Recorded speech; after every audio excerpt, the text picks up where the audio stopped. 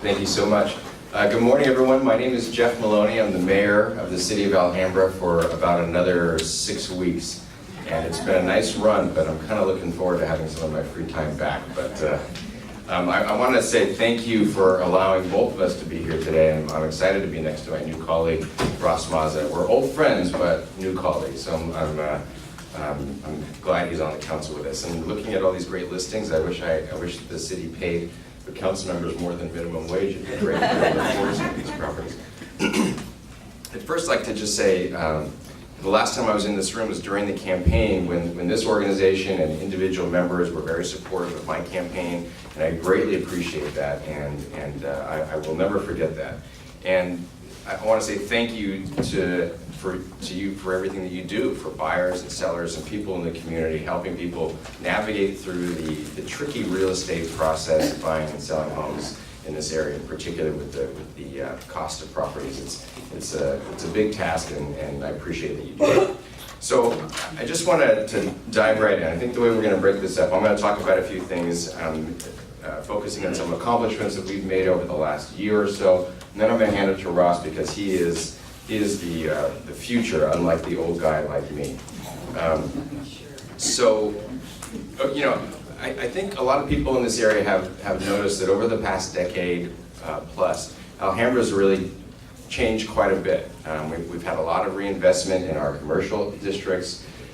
We've had a lot of new businesses come into town. We've had a lot of new residential developments. And I credit that to my predecessors on the council and staff for really having a vision and seeing what was down the road and helping us weather some very tough economic times.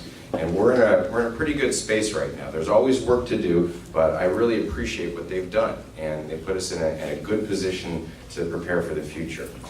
However, I do think that a lot of folks now in the city, residents of the city, are asking for more focus on issues related to quality of life. That doesn't mean we're going to stop reinvesting in our community and stop building homes and businesses, but they do want to see a focus on quality of life. And that's a message that I got loud and clear through the election and over the last few years on the city council.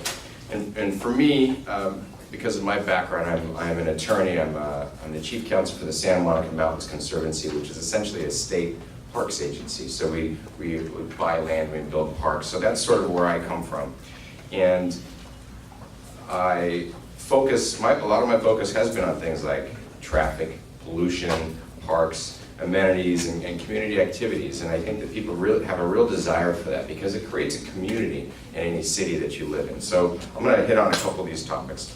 Specifically on our public parks. These are open to everyone to enjoy, and I'm really glad that we've been able to reinvest in quite a number of these parks. Over the last year alone in Alhambra Park, we've repurposed an area that was sort of underutilized for new public space. We have shade structures, new basketball courts, new restrooms that every time I go to the park and struggle to find parking because it's a very popular park, I see people using this area, whether it's the ladies in the morning doing their stretching exercises or the young men and women playing basketball in the afternoons. It's a really heavily used area of the park, which is gratifying to see. We've redone the restrooms there. At Emory Park over on the west side of town, we put in a new accessible play structure so that all kids of all ability levels can enjoy play structure just like their peers. At Alhambra Park, you may have heard we cooperated with the Dodger Foundation, and we put in a new Dodger-themed play structure that is extremely popular, especially during the World Series this last year. We also have one of the first new national fitness courses in the entire country. It was a nonprofit that came in and helped us build a sort of a CrossFit fitness course there that's open to the public. You download an app. I haven't done it, but you download an app and you go through a series of exercises, and apparently it's extremely popular, and it's also heavily used. We've expanded pool hours. We're allowing people to bring their dogs on leash to our parks as long as you pick up after them, which is the first time in many, many years. And all things that people had been asking for. On the issue of livability, pollution, environmental issues, we've moved to increase low emission vehicles in our city fleet. We're moving to natural gas and electric vehicles. We were awarded a grant to put in electric vehicle charging stations. We recently joined the Clean Power Alliance, which is a new entity which will be procuring power directly from the power providers and cooperating with Southern California Edison to provide that power to ratepayers in Alhambra. The important part is that the renewable energy is going to go up and your prices are going to go down. So that's a pretty good deal. And keep an eye out for that, especially if you're in Alhambra. If you have clients in Alhambra, that's something that we got out in front of, and I'm happy to be a part of that. We're preserving and expanding our tree canopy. We have a major effort to reduce vehicular pollution through traffic reduction. And that's something I want to talk about. I know that, I'm not sure, has anyone ever heard of the 710 freeway in this room? It's this little issue that I just became aware of. No, obviously I'm joking, but the 710 freeway was something that Alhambra was very supportive of for many, many years, 50, 60 years perhaps. And recently the local metro, the county transportation agency and the state Caltrans essentially killed the 710 freeway extension. So it's not going through. And I think that message is finally kind of getting across to folks, and it's not happening. And there's a lot of disappointed people in Alhambra and in San Gabriel Valley because it would have alleviated a lot of traffic according to some of the data that we had. But now we're faced with a situation where the tunnel's not going to go through, and there is strong momentum in the state legislature to remove the portion of the freeway north of the 10 to Valley Boulevard, remove that from the state highway system. And that essentially means that will no longer be there. And we are dealing with what happens next. Alhambra is not in a position to operate a highway, and it may not make sense to allow that thoroughfare to keep going if there is a multi-lane highway that dead ends into Valley Boulevard and it just dumps off tens of thousands of cars through our city every single year. So we recently I was happy that we were able to get a commitment from the Metro County Transportation Agency for $100 million, $160 million when you put everything together to study this issue and to figure out solutions to the problem. So what we're hoping to do is make sure that Alhambra sees a reduction in vehicular traffic and that we don't burden our neighboring communities. Those are two important parts. We don't want to push off traffic into our neighboring communities, into San Gabriel and Monterey Park. We have to find a solution that works for all of our cities and spread out what that traffic would look like through the entire region so that it doesn't affect any one community. And then we have to look at what happens next into that physical area down there and keep your ears and eyes open. It's going to be a long process, but there's going to be a lot of talk about it. And we could dedicate a whole meeting to that, which I won't do today. I do want to just mention a few things that we've done over the last year. And I think it's not an exhaustive list, but it's an example. They are examples of the kinds of things that Alhambra is doing for its own community and that I'm really proud that we're able to do. Just within the last year, we have the Easter extravaganza event where we have all the kids come to Alhambra Park and they do this search for Easter eggs, and it's a complete madhouse, but the kids love it. They have a great time, and there's some really interesting prizes. We have our Memorial Day Remembrance Ceremony. We have the Pumpkin Run event, which is in our downtown area, and please everybody come out and join. It's a really exciting community event. We have our big 4th of July party at Alhambra Park. We have our Latino Heritage event, our weekly farmers market, and I try to get out there and have my mayor's table once a month and answer questions from folks and while I'm sampling the goods from the vendors. We have concerts and movies in the park. We have our National Night Out, which is to celebrate our police and public safety personnel. Our 9/11 Remembrance Ceremony, our annual open house pancake breakfast at the fire station. Neighborhood cleanouts, we have our Eco Fair, our Alhambra Recycle event. This next year, we're going to have also an Open Streets event, which is going to be going from South Pasadena through Alhambra into San Gabriel to the San Gabriel Mission.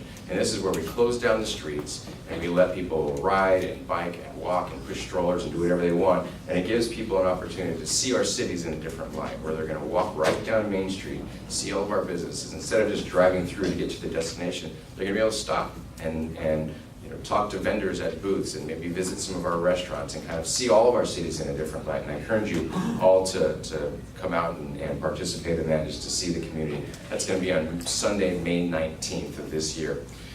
So I'll stop talking and I'll let Ross come up and and talk about the future, and maybe, as his expertise is, maybe focus a little bit more on how that relates to real estate and the real estate industry. But we continue to improve and to make sure that Alhambra is a strong, safe community where people want to live and they want to call home. And I hope that that meshes with all of your goals to connect your clients with the people that want to buy and sell their homes, especially in Alhambra, but in our entire San Gabriel Valley region, because I think we're all part of the same community. So with that, I'll turn it over to Ross. Thank you. Thank you again.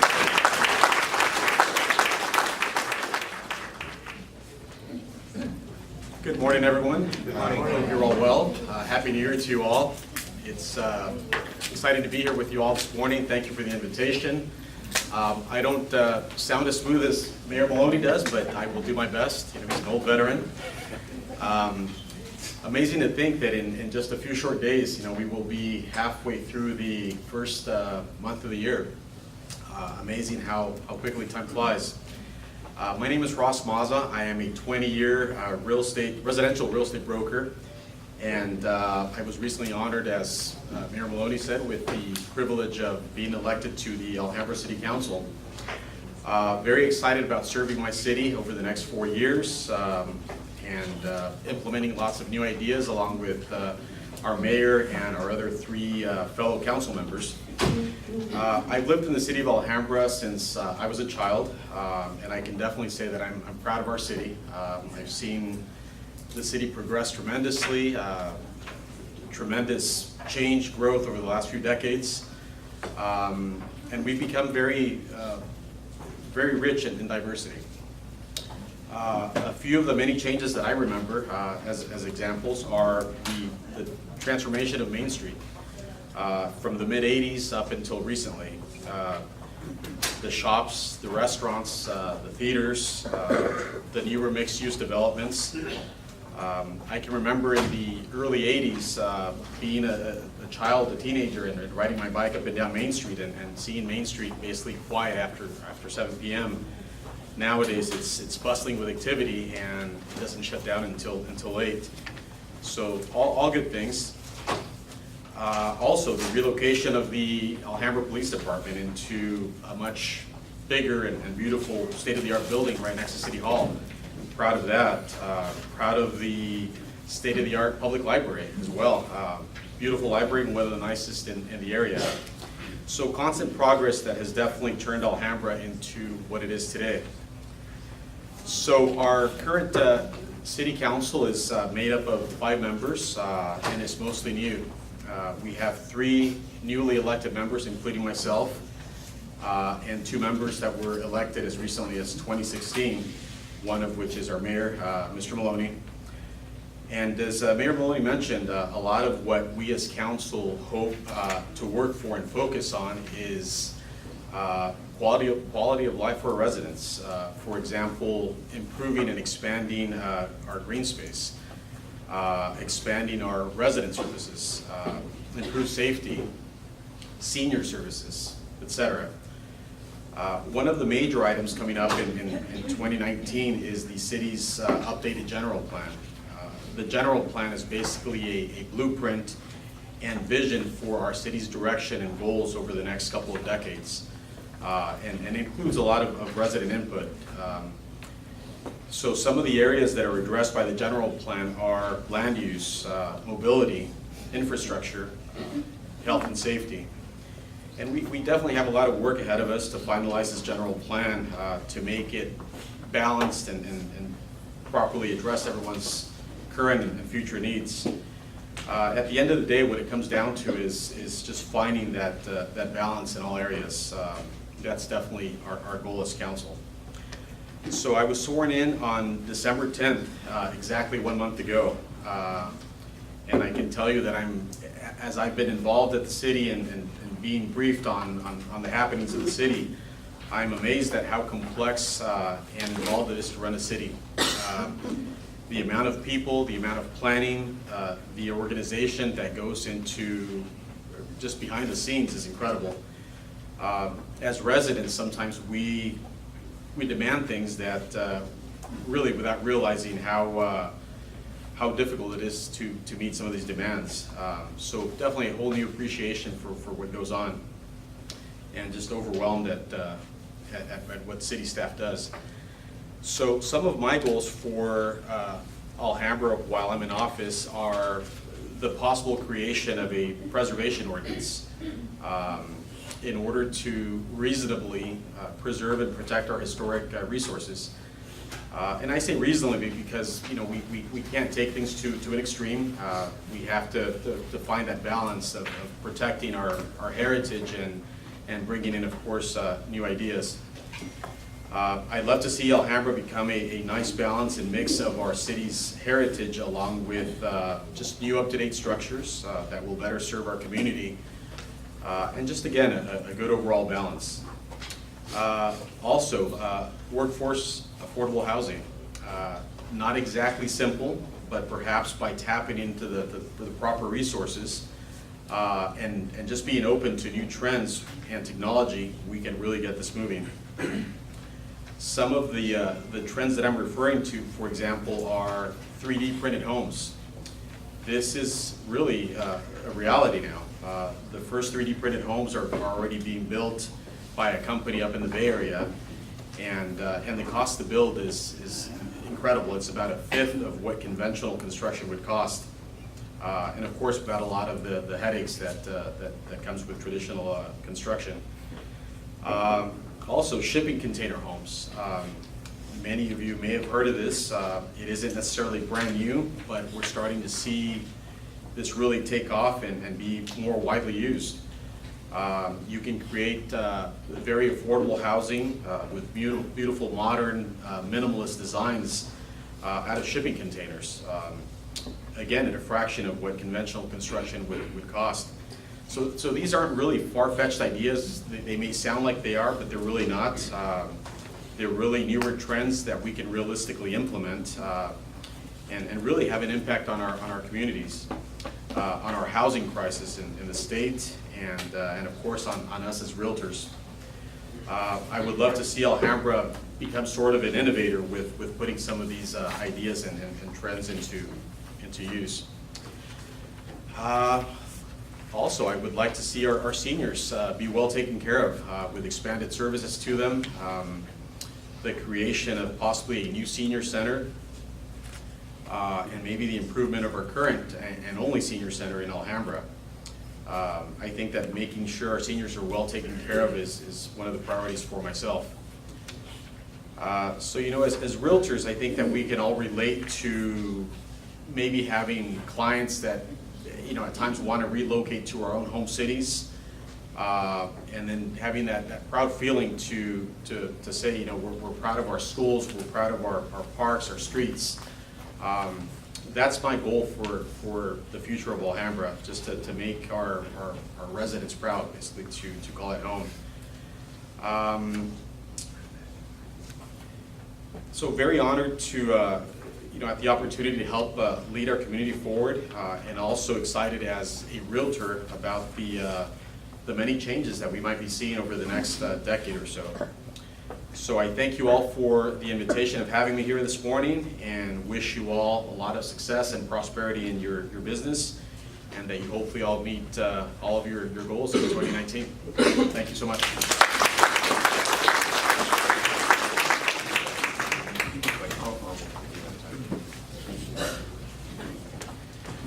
Thank you, gentlemen. Do we have any questions for our speakers? I see just up there. Gentlemen, do you have any policy concerning the marijuana in Alhambra? Yes, the first question is about pot. It's an important question because a lot of the communities in our area are dealing with this. A couple of months back, Alhambra actually formalized a moratorium that we had on any cannabis-related businesses in the city. Obviously, we're not exempt from state law, so individuals can grow and possess in their own homes, but commercially, we're not allowing it at this point. And I think that there was a maybe not a consensus, but a feeling from the council members that it wasn't so much a a reaction negative to the industry or the different medicinal benefits that it may have, but it was that Alhambra has so many other issues to deal with right now. We don't want to be the first one to try to experiment and figure out how to get this right.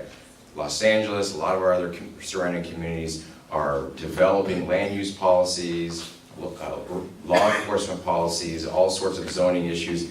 We don't need to be the one figuring out the way it's done. I don't really feel it's appropriate for a city of our size to be getting out front and being the guinea pig on this particular project. But 10 years from now, who knows what will happen? But right now, there's no marijuana businesses allowed in Alhambra.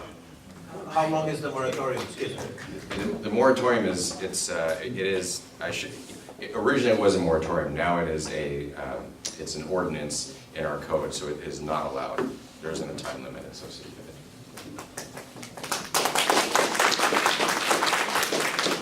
Mayor, you mentioned about the renewable energies that is coming about. I did read that about 6 months ago, and that is going to be in effect. And how, right now, Alhambra to Edison, you see the prices going up. They lowered the tiers, so the prices are up. I don't know if you have noticed that, but I have noticed that. But when is this coming to be in effect, and how is it? I'm not really sure about that. It's a city-by-city issue. So right now, I think there are 33 different cities and counties that are a part of this it's a new public agency called Clean Power Alliance. So any member city of Clean Power Alliance, all of their ratepayers, commercial and residential, will see the switch, I believe, in February 1st. So what will happen is, and thank you for the question, because I'm on the board of the CPA also, so I like to talk about this. But the change you'll see is basically nothing. You won't notice any change, because your bill will come, it'll still be from Edison, because Edison is still providing the billing services and the infrastructure.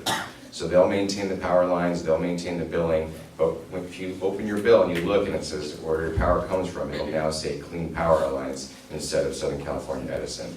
And originally, the idea was that the comparable tiers that the Clean Power Alliance would be much lower because of certain bureaucratic and regulatory issues at the California Public Utilities Commission.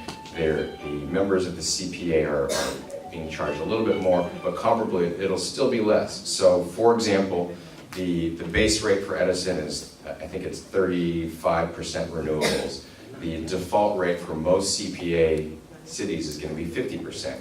That 50% renewable rate will be about 1% lower than the 36 or 35% Edison rate. And customers, individual customers, can opt down to a lower renewable rate, so you'd be saving about 5 or 6% over the base Edison rate, or you can move up to 100% and be charged about 8% more than the base rate, which is what I plan to do, because that's how. Yes, sir. Yeah, my office is in the county area of Los Angeles. Unincorporated? We already switched over to that. Right. And my bill doubled. Oh, So I've now opted out of that. It costs twice as much money to run two corporations. I mean, yeah.